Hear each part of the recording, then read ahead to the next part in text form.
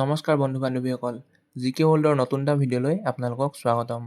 আজি আমি আপোনালোকৰ বাবে লৈ আহিছোঁ অসমৰ বুৰঞ্জীৰ ওপৰত 6 নম্বৰটো ছিৰিজ। গতিকে পলম নকৰি ভিডিঅ'টো আৰম্ভ কৰোঁ বলক।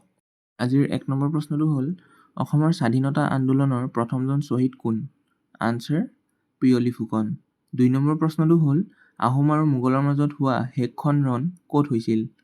আনচাৰ ইটাখুলিত। 3 নম্বৰ প্ৰশ্নটো হ'ল মুছলমানসকলে প্ৰথম কেতিয়া অসমত আক্ৰমণ কৰিছিল?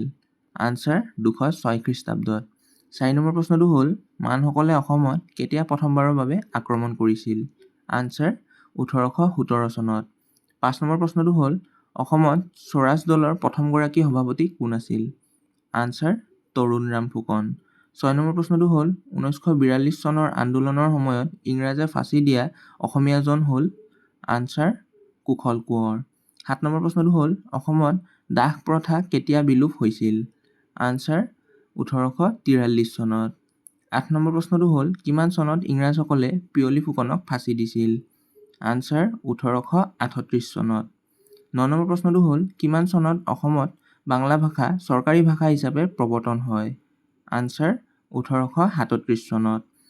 10 নম্বৰ প্ৰশ্নটো হ'ল কিমান চনত মণিৰাম দেৱানক ফাঁচি দিয়া হৈছিল?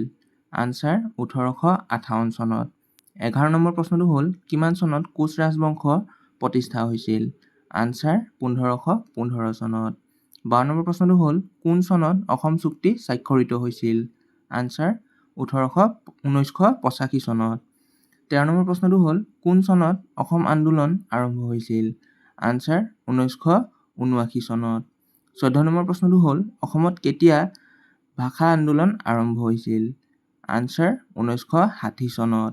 15 নম্বৰ প্ৰশ্নটো হ'ল কেতিয়া মোগলসকলে কোচ ৰাজ্য আক্ৰমণ কৰিছিল?